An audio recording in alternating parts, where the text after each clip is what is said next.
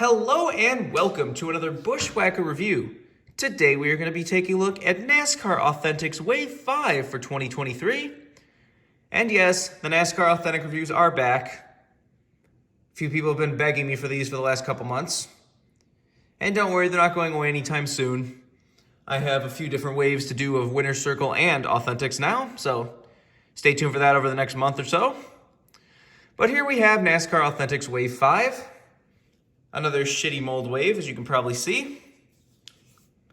So why not just hop right into it right away? We'll start with Kyle Larson's number 500cars.com Chevy. Here's your sticker, which those are going away, so I won't even take a look at those very soon. But here we have Kyle Larson's HendrickCars.com Chevy. His primary paint scheme that has stayed the same for the last couple years. Still is the same in 2024 too. I don't think this is ever going away. Wouldn't be surprised if he has this for the rest of his career. Which is one of those cars that's kind of funny for everyone because it's one of those cars that, you know, everyone is constantly begging in NASCAR for paint schemes that don't change and more brand identity or whatever with drivers. And then somebody has it a few years and everyone's like, that's terrible, it's boring, lazy, change it. Same thing with Logano's scallop car. Everyone said, whine, change it, it's boring, it's lazy, and then they finally changed it to, you know, what's in the background there, and everyone was like, oh, that's terrible, go back to the scallops. Just can't win. But said this is the crappy mold wave, which have changed to the J mold. It's no longer WLS or PTC or anything. They've gotten slightly better, but they're still not great. So that window net is still one of the worst parts of these. But if you want Kyle Larson's primary again, you can have it right there. Next up, we have Alex Bowman's Ally Best Friends, which for some reason the sticker is just the primary Ally paint scheme, not the Best Friends one. Not sure why that is. But here you have the Best Friends, the kind of pet insurance of sorts, Ally car. Alex Bowman ran this multiple times last season. I believe the first one was like Phoenix in the spring, but he added a Pocono because I remember Denny Hamlin wrecked him in it. Cool paint scheme. You have like the usual Ally stripes, but instead they turn into paw prints. That's really cool. I remember that was the funny thing with this race is there was like 2 or 3 different dog-related cars because you had Michael McDowell and like the Benabone car, and then there was at least one more. Might have been Stenhouse had like a pet food on his Kroger car too. So that was kind of funny, but definitely a nice paint scheme. Cool to get it in Authentics. Although Alex Bowman had a pretty bad year last year. Definitely need to pick it up a little for this season, but we'll just have to wait and see on that one.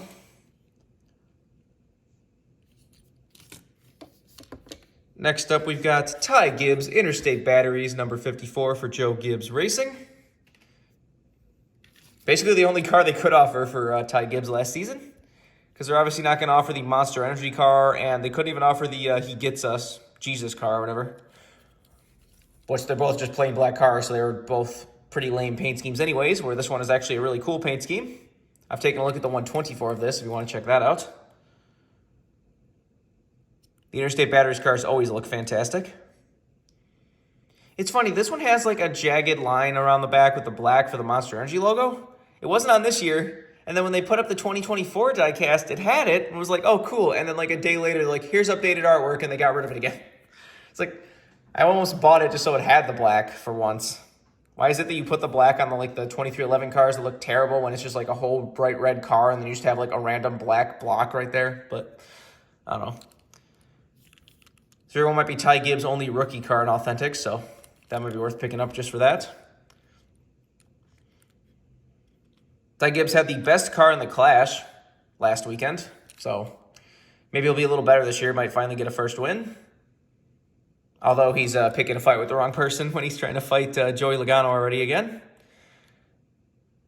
Logano's not exactly somebody you want to piss off on a multiple time basis because it might end well for you. But anyways, next up we've got Christopher Bell's DeWalt Toyota for 2023 for Joe Gibbs Racing. Last year's DeWalt car, which we didn't really see very much because he had so many different DeWalt paint schemes. Ran like a different DeWalt paint scheme every single week. You see the number is actually like reflective a little now. Instead of just being like the flat number, it looks a little bit better now for the crappy mold. Like it's actually like metallic silver now. That's nice to see. Not a bad paint scheme, but like I said, he had so many of them that a lot of them just kind of blended together last year. I believe it is different this year.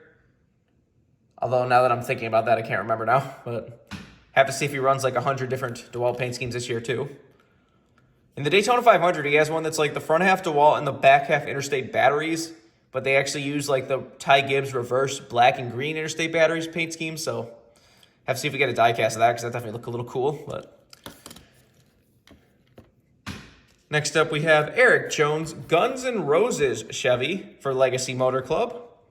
This is one of the most random cars that popped up last year for the Daytona 500. This is a Guns N' Roses sponsored car. Legacy's already doing way better this year as far as sponsors go because last year it was kind of bad. It said 90% of the year last year you had a Allegiant 43 and a Sunseeker Resort 42, both of which are Gallagher sponsors and are not real sponsors. So this year they already have like Family Dollar, Dollar Tree, Advent Health, Gear Wrench, Mobile. So doing a lot better on the sponsorship side this year.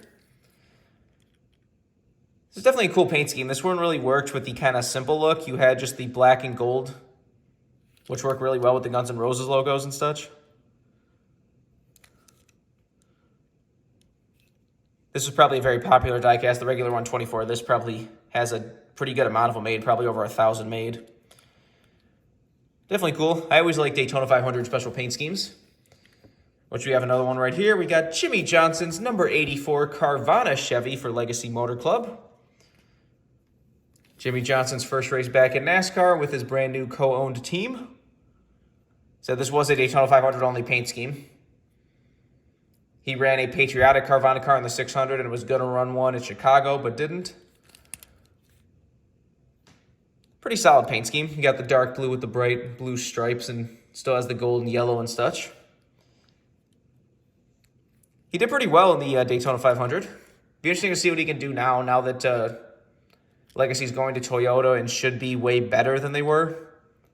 Because this year, like I said, it was a bad year. Between the sponsorship thing and they also ran terribly 90% of the year. So see what they can do now. Next up, we have Austin Cindric's Discount Tire number 2 for Team Penske. No sponsor on the sticker for some reason. Here we have the pretty iconic Discount Tire paint scheme at this point. This is one of those that, yeah, the whole body's in bright neon red just for the spoiler to be red. But this one is peg warming bad in my area. Like, there is one Target I have that has, like, 6 of these on the pegs and nothing else. 6 Discount Tire Cindric cars and not a single other car. But this wave is, being a crappy old wave, is peg warming a little bit around me. But this one especially is peg warming. You can see the crappy mold still has a lot of bubbles and misaligned details and stuff. They've gotten better, I'll give them that, but they're still not great. They still need to work on their bubbles and everything. Cindric really needs to pick it up this season. Like, it's getting bad. Like, Penske was a little bit off most of the year last year, but they still ended up winning the championship. And Cindric, 2 years of not winning a single race except for the Daytona 500 and just kind of being around. Like, he seemed to have a sophomore slump last year. Now this year, he's already missed the Clash, so I don't know. He's going to have to pick it up. Well, you have, like, Logano and Blaney are constantly winning championships and, like, winning races and stuff. And then you have Cindric that's barely getting, like, a couple top tens. So, I don't know. Next up, we have Todd Gillan's Generator Skills number 38 for Front Row. Is this an exclusive or is this not? For some reason, I want to say this is an exclusive, but I feel like that's also wrong. So, somebody tell me in the comments. You see another one that had a chrome number, so you got a nice metallic silver number. Generator cars always look nice with a bright red. Todd Gillan is back with the team this year in the 38 car, mainly because Zane Smith got stolen by Trackhouse. So I guess they just said, well, I guess we'll stick with Todd. Seems like he's a pretty decent driver. I said he got kind of screwed last year because they did kick him out of the car for a few races just so they could put Zane Smith in the car. But I mean, I think Zane Smith is probably the superior driver to Todd Gillan, but Todd's still a pretty solid driver. See if he can pick it up now with the brand new Dark Horse Mustang. And last but not least, we got Ryan Preece's Haas Tooling number 41 for Stewart Haas Racing. His primary Haas paint scheme for last season. I've almost picked this up in 124 a couple times. I still might, but really solid looking paint scheme. I'm glad they went just to a nice bright red with the white and black. Although they went back to the metallic silver for 2024, and that car looks beautiful. I will definitely be picking up his 2024 Haas Tooling paint scheme. I kind of wish they would run both. Because like I said, I love the metallic silver cars, but I do love these red and black ones too. Ryan Preece had a pretty uneventful year, but Stewart Haas Racing had a very uneventful year, so hopefully they can pick it up. Tony seems mad that everyone's blaming him for not being there enough. Tony had it was on Syrix or something, where he was just saying, like, I don't make the cars, it's not my fault. It's like, you own the team. If there's a bunch of, like, engineers or people who aren't doing their job, I'd say it's probably time to, you know, maybe switch around a few jobs. I don't know.